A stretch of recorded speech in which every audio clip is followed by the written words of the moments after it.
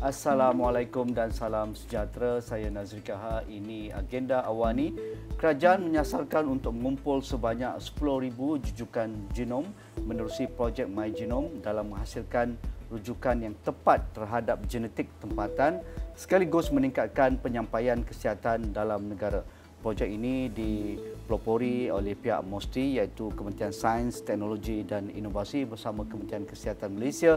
Dan ini adalah susulan daripada kesedaran bahawa majoriti kajian sedia ada mengenai genomik manusia menggunakan populasi Eropah, Amerika ataupun Asia Timur. Jadi ini merupakan projek sulung yang dilaksanakan oleh MOSTI dan sedang dalam proses pembangunan prosedur operasi standard membabitkan pensampaian, kawalan kualiti, pengekstradan asid dan juga memastikan ia mengikuti piawaian yang ditetapkan. Jadi untuk mendapatkan maklumat lebih lanjut, pencerahan lebih terperinci berkaitan dengan MyGenome dan memahami manfaat untuk rakyat Malaysia. Jadi saya amat bertuah pada malam ini yang berbahagia Datuk Teknologis Dr. Muhammad Nur Azman Hassan, Timbalan Ketua Setiausaha Pembangunan Teknologi Kementerian Sains, Teknologi dan Inovasi MOSTI. Assalamualaikum Datuk, apa khabar? Waalaikumsalam warahmatullahi wabarakatuh. Terima kasih. Kita cerita pasal genom ni berat ni. Berat jugalah. Dia kira bilion-bilion punya angka. Angka bilion. Tapi kita nak tahu juga kita punya genetik kan Datuk ya. Betul. Untuk memastikan treatment ataupun perkhidmatan kesihatan kita pada masa akan datang lebih spesifik, lebih mudah, lebih menggunakan teknologi terkini. Kerana tanpa MyGenome ini susahlah kita nak tahu dari sudut asal usul kita, generasi sebelum kita dan sebagainya Datuk. Jadi sebelum kita bergerak lebih lanjut, mungkin saya nak tanyakan di awal ini, apakah itu projek MyGenome dan bagaimana MOSTI dan juga KKM terlibat dan siapakah peneraju yang memastikan projek MyGenome ini berjalan pada landasannya Datuk? Okey, terima kasih Tuan Haji. Projek MyGenome ni berasal dari perkataan genom itulah ataupun genetic information, maklumat genetik yang ada dalam setiap manusia.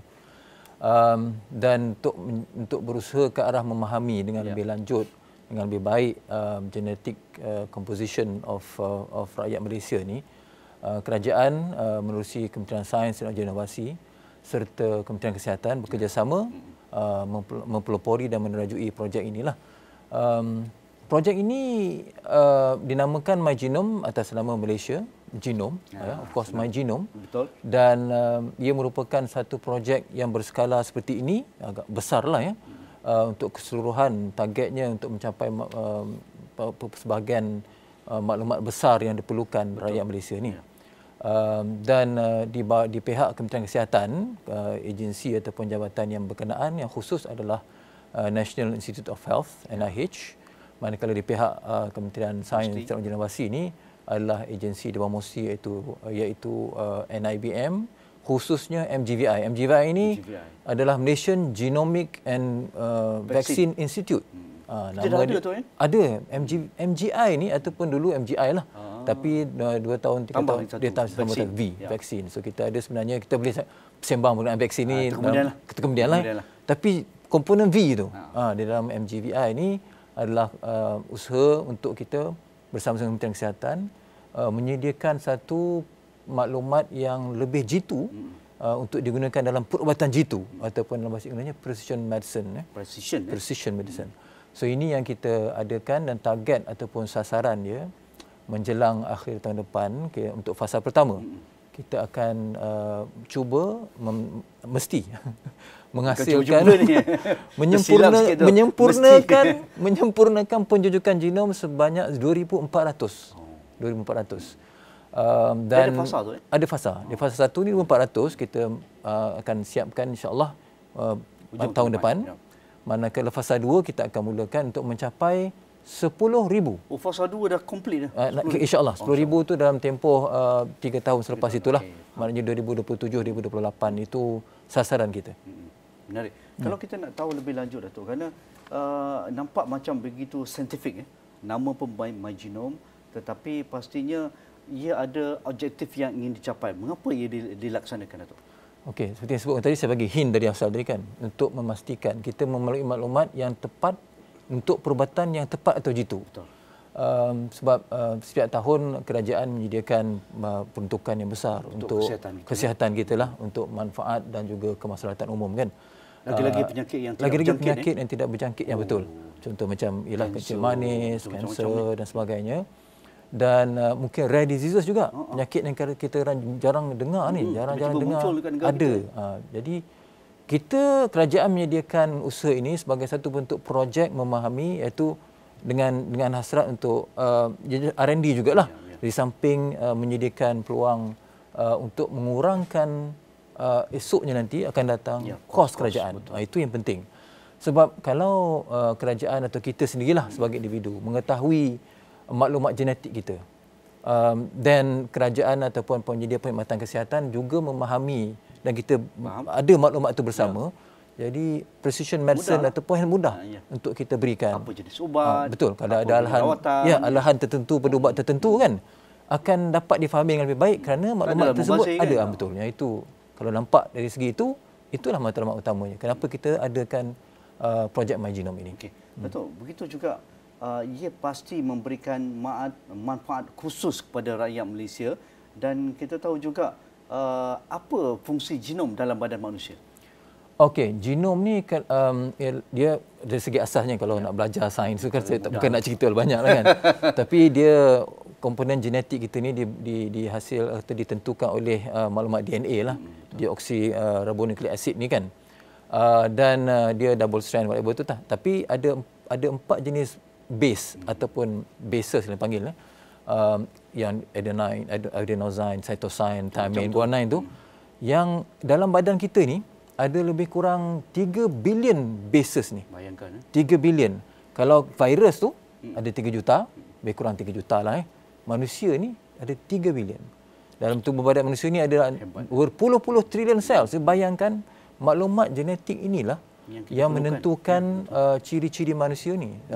Mata perang mata perang, coklat hitam ni, bukan hijau, Jawa lah tu hitam. Kulit, warna kulit itu rupa bentuk hidung mancung tak mancung kan, boleh pusing lidah tak boleh pusing lidah tu kan.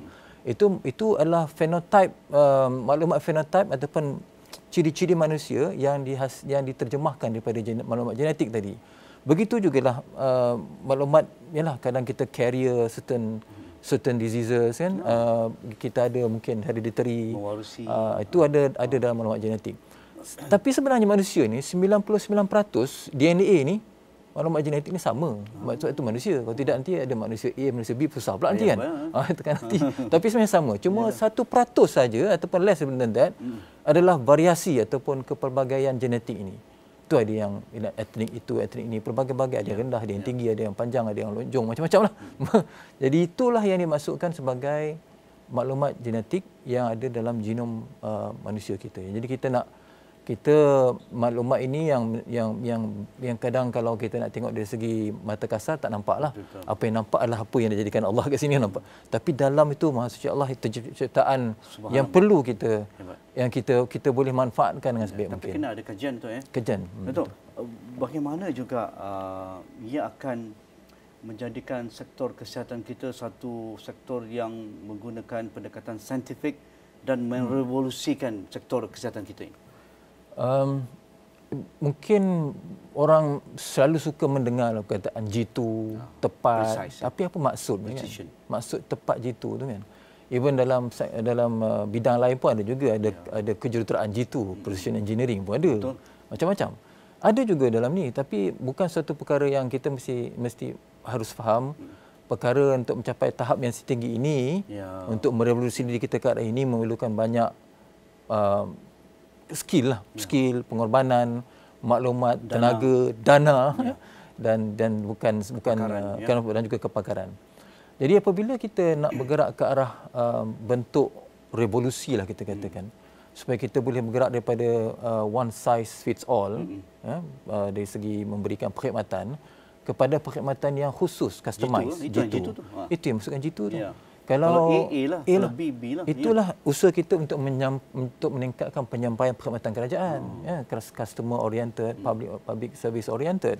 Apabila kita melaksanakan perkhidmatan kesihatan jitu, maka manfaat dalam sektor perkhidmatan kesihatan tu amat besar.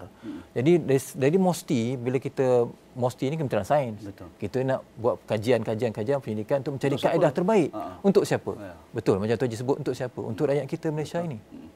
Ya. Satu lagi, kalau Datuk boleh bagi contoh, misalnya kita menghadapi penyakit bukan berjangkit yang tertinggi di dunia seperti penyakit jantung, penyakit kanser, kan? Jadi adakah ini juga akan memberi manfaat kepada sistem rawatan kesihatan kita untuk mengenal pasti lebih jitu bagaimana penyakit-penyakit tidak berjangkit ini akan menjadi satu asas utama apabila kita membawa mereka kepada rawatan di klinik ataupun hospital negara kita? Dia ada peringkat-peringkat lah ya untuk kita sampai ke tahap di mana kalau kita tahu kanser tertentu dan sebagainya, ada pembawaan dan sebagainya. Di peringkat ini, apa yang kita laksanakan My Genome 10,000 ni, My Genome 10K lah ya, adalah untuk kita memahami maklumat asas, baseline. Ini peringkat awal. Peringkat awal. So it is a reference genome. Rakyat Malaysia yang sihat. Bukan yang sakit tadi tu. Jadi bila kita tahu secara keseluruhan dan kita baseline data ni penting untuk semua apa-apa bergerak ke depan. Kita tak ada baseline, kita nanti gunakan baseline macam Tuan Haji sebut dalam permulaan tadi, takkan nak guna baseline Eropah pula kan. Kita hidung tak mancung kan. Ya, negara daripada Amerika pula kan. Jadi lain. Punya tinggi pula lain. Itulah apabila kita ada reference genome ni siap, so insya-Allah kita ada masa yang sama kita juga bergerak untuk menentukan atau mencari maklumat penyakit-penyakit yang jarang dengar tadi ataupun penyakit yang tidak berjangkit tadi kan. Yang ini yang kita step-step yang kita buat. Langkah-langkah daripada reference genome kepada rare diseases, penyakit-penyakit tertentu, yang itu kita akan laksanakan insya-Allah. Dan seperti yang kita sebut tadi pun kerjasama semua pihak dari segi Kementerian Kesihatan, bukan Kementerian Kesihatan saja, dan juga MOSTI ni. Kementerian-kementerian macam ialah yang berurusan dengan orang ramai, Jabatan Kebajikan Masyarakat. Yang ini kita perlu gemblengkan sebagai whole government approach.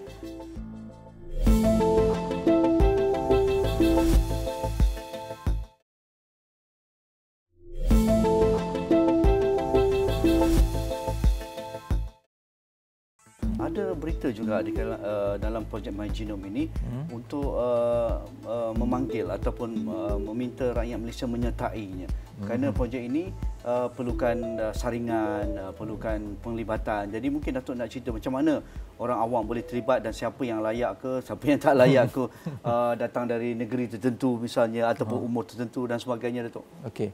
Dia calon ni datang daripada keinginan diri sendiri. Calon untuk menyertai program kita ni sukarela lah. Sukarela. Jadi saya sebut daripada tadi tu untuk cuba menarik minat lah untuk menjadi ahli ataupun peserta dalam projek kita ini.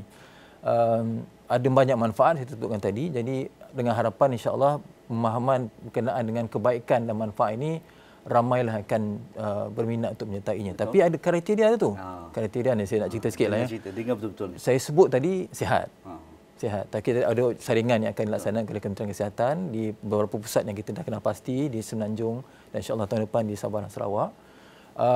Dia mesti sihat satu. 18 tahun ke atas. So umur tu tak ada asas sihat. Dia tak ada sampai ujung tu, tak ada dia asalkan sihat. Lelaki perempuan ya, pelbagai golongan ethnicity yang kita alu-alukan, dan itu saja. Dia apabila datang dengan mengisi kepada pusat saringan, kita akan laksanakan beberapa proses pengambilan darah, pensampelan, dan seperti yang disebutkan tadi kita nak 2,400 pada tahun depan. Kita alhamdulillah setakat ni ada close to 700. Okey.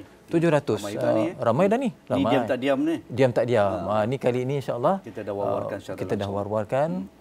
Dan harapannya kita akan dapat banyak penyertaan lah ya daripada rakyat Malaysia keseluruhannya. Nak pergi mana? Mereka nak daftar melalui online ataupun boleh pergi ke pusat-pusat tertentu, Datuk? Kita boleh nanti datang, kita ataupun hubungi dulu kalau nak telefon dan hantar email, boleh hantar email dulu kepada mygenome@moh.gov.my ataupun mygenome@nibm.my. Dekat situ boleh tanya kat mana kalau nak tahu, kita akan respon. Ya. Tetapi kalau nak pergi terus pun boleh. Pergi terus dapatkan salinan kata kita nak buat. Boleh pergi ke National Institute of Health, NIH, di Setia Alam. Di Pulau Pinang ada Pusat Derma Darah Hospital Pulau Pinang. Saya sebutkan beberapa lah. Ya, Pusat Darah Negara, Pusat Darah Negara di pusat, Kuala Lumpur, ya? di Kuala Lumpur, Pusat Perubatan Universiti Melaya. Okey, Ada juga. Dan mungkin kalau di selatan sikit ada Pusat Penerimaan Darah Hospital Melaka.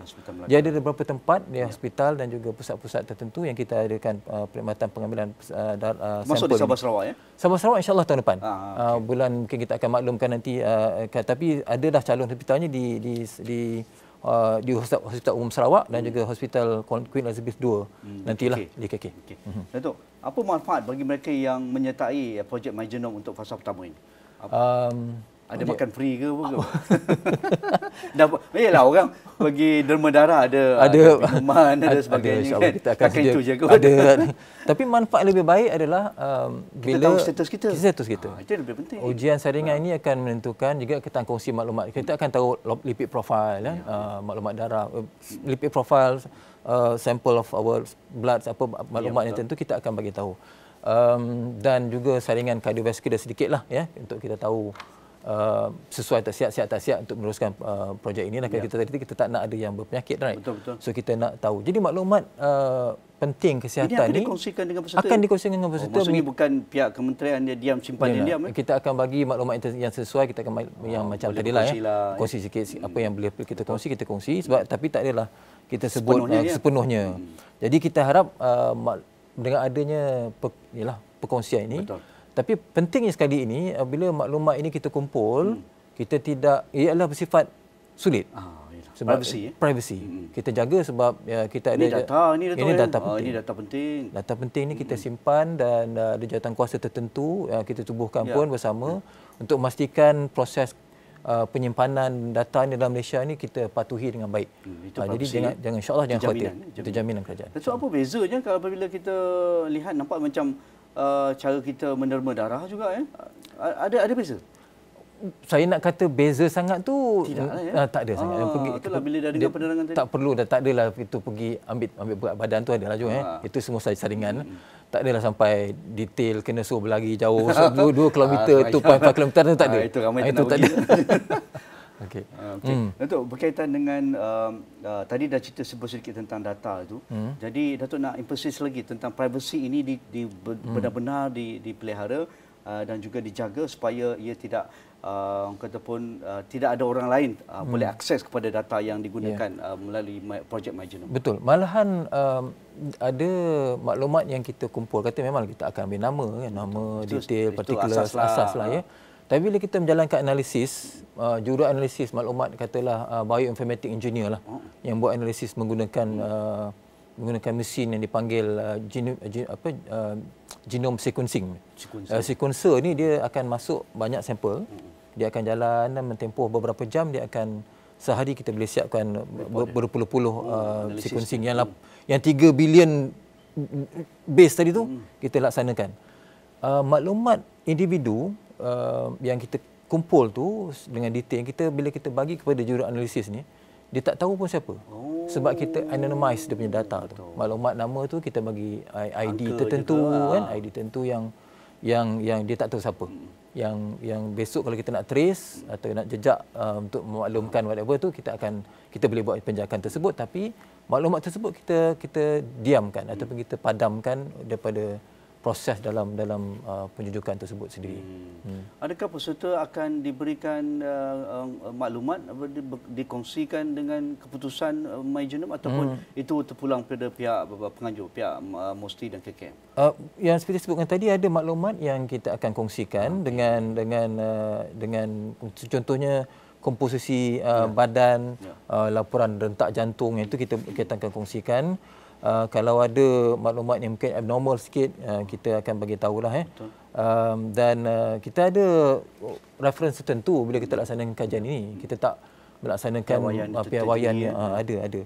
Dan pakar genetik pun akan menjalankan kajian ataupun ujian ini dengan begitu telitilah. Datuk, bagaimana projek ini juga boleh memastikan piawaian etika dipatuhi?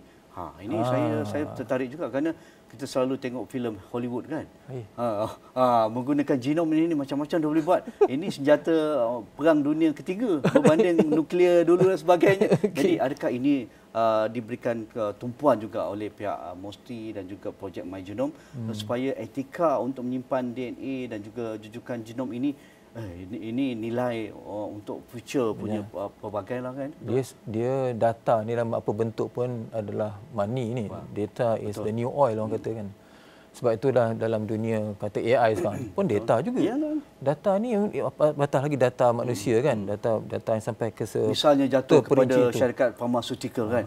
Dia dapat projek MyGenome ini, dia dah tahu lah penyakit orang Malaysia ini 1 2 3. Jadi kita jual ubat ni je. Manalah tahu kan. In the first place kita simpan data ni secara begitu secure di Malaysia sendiri, di NIBM dan juga NIH, di Kementerian Kesihatan dan juga di MOSTI. Kita tak simpan kat luar. Okey, jangan simpan kat luar negara, kita simpan. Itu langkah pertama. Yang keduanya, kita memenuhi etika dalam menyelaksanakan kajian ataupun research, medical related research. Ini kita dah pun mendapat kelulusan di bawah Medical Research and Ethics Committee ataupun Jawatankuasa Etika dan Pendidikan Perubatan. Ada ID tertentu kalau sesiapa berminat nak semak betul ke ada ni kan. Saya boleh bacakan ID ni. ID dia 24-01338-QRM. Kalau siapa nak semak lah betul ke dapat kelulusan etika research ni kan.